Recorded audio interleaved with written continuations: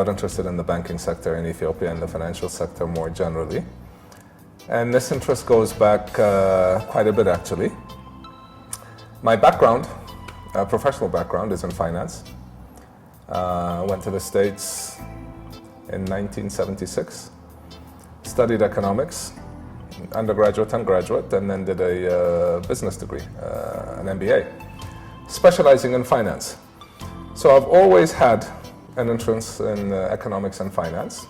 And then I professionally worked in the financial sector in the States for 12 years. So I spent the first 10 years of my life in Ethiopia involved in basically manufacturing related activities. And then of course, being involved in the manufacturing sector and having to deal with banks through various different companies I was involved in, exposed me to how the banking sector worked or did not work in Ethiopia, which kind of piqued my interest. And as I transitioned, that's a different story, but about 3 years ago, I transitioned out of my manufacturing businesses. And I started getting interested in sort of seeing what I could do in the financial sector here, because I recognized a massive opportunity.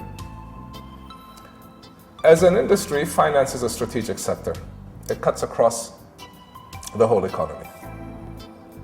Government needs finance, public institutions need finance, private sector companies need finance, individuals need finance, even NGOs need finance. So having a properly functioning financial sector is absolutely key to any country. And from what I could see in Ethiopia, we had a financial sector really that is 50 years plus behind the times. You know, the best banks in the world, take Citibank, Barclays, all those people. I mean, in a year when they get 20-25% return on investment, I mean, they are very happy. Okay. In Ethiopia, the least performing bank in, last year, had a return on investment in the 35% range. So, financially, it's very profitable. And then, of course, if you have a strategy and a plan, which sort of identifies gaps in the market, you know, and you have a plan to add value, you know, above and beyond what's available in the market, there's an opportunity to make more money. We spent quite a bit of time understanding what current banks are doing, understanding what the gaps in the market are, and then out of that we developed the business plan for Zemen Bank. We put together the business plan, now we had to put together the sales strategy. It's new. There wasn't someone else I could look at to say, oh, this is how they've done it. So we had to sort of, as best as we could, look at how best to do this. In March 2007, I heard about a company called Access Bank, operated and run by Ermias, and the bank was intending to sell bank shares to the public in a very short period of time. Having seen some of the successes that we had had with our company in marketing, we got together. He asked me to come and have a chat to him. We had a meeting, and we decided to implement a very similar marketing plan to the one that we had adopted with my company, operate that plan for Access and see where we would go, how far and how quickly we could sell Access Bank shares.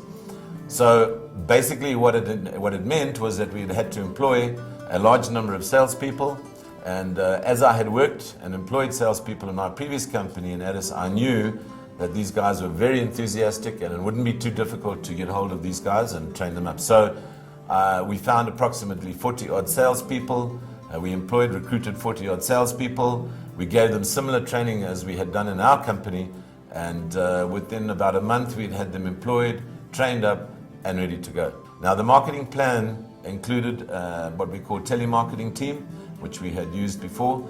It was a matter of getting hold of a number of people. There were lists of major people in Addis, people in major companies and so on, leaders in Addis, get hold of them, and the telemarketing team would contact these people on the telephone, make appointments for them, and the sales people would go around, see them, and hopefully, and in most cases, sign them up. We also held 4 to 5 presentations for clients in the Sheraton Hotel to obtain these sales.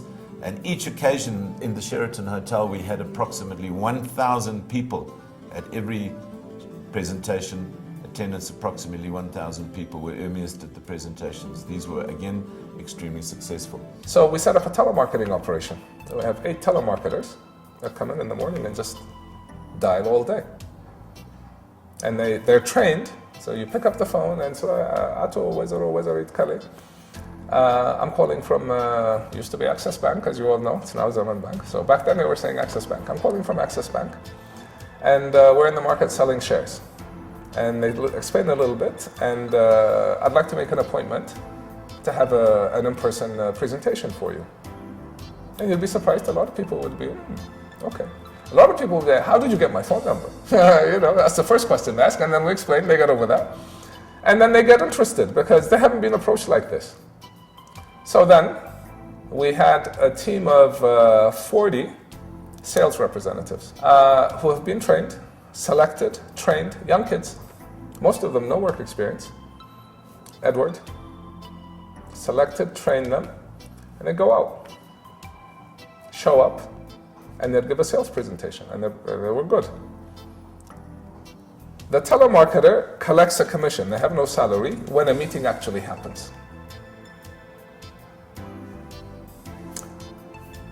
Our sales representatives collect a commission when they sell the shares. And of course, once they have a lead, they're like a dog with a bone. They don't let go. They have a reputation in town now.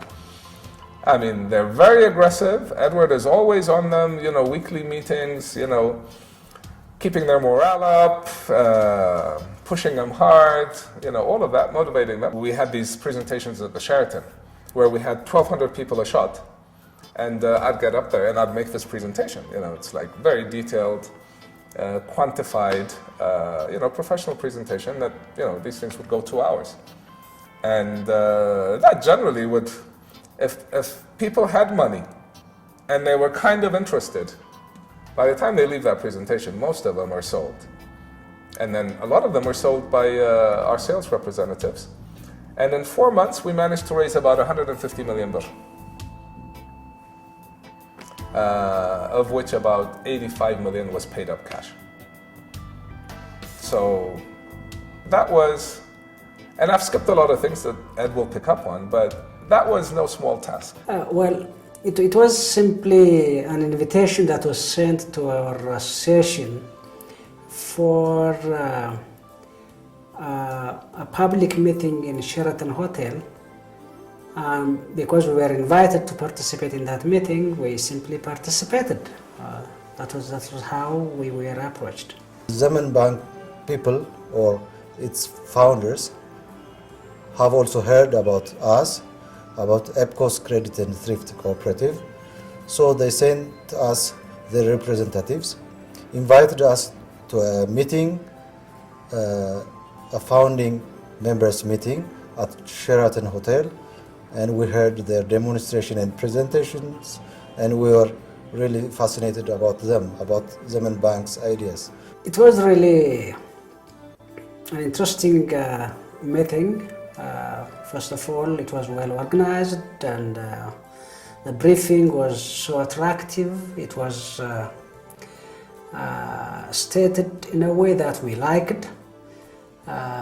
Since we had the interest of joining any financial institution before, considering the amount of money that the association has, and considering the current economic situation, that the money has to be used for economic development. And then that was our question that they had asked. We had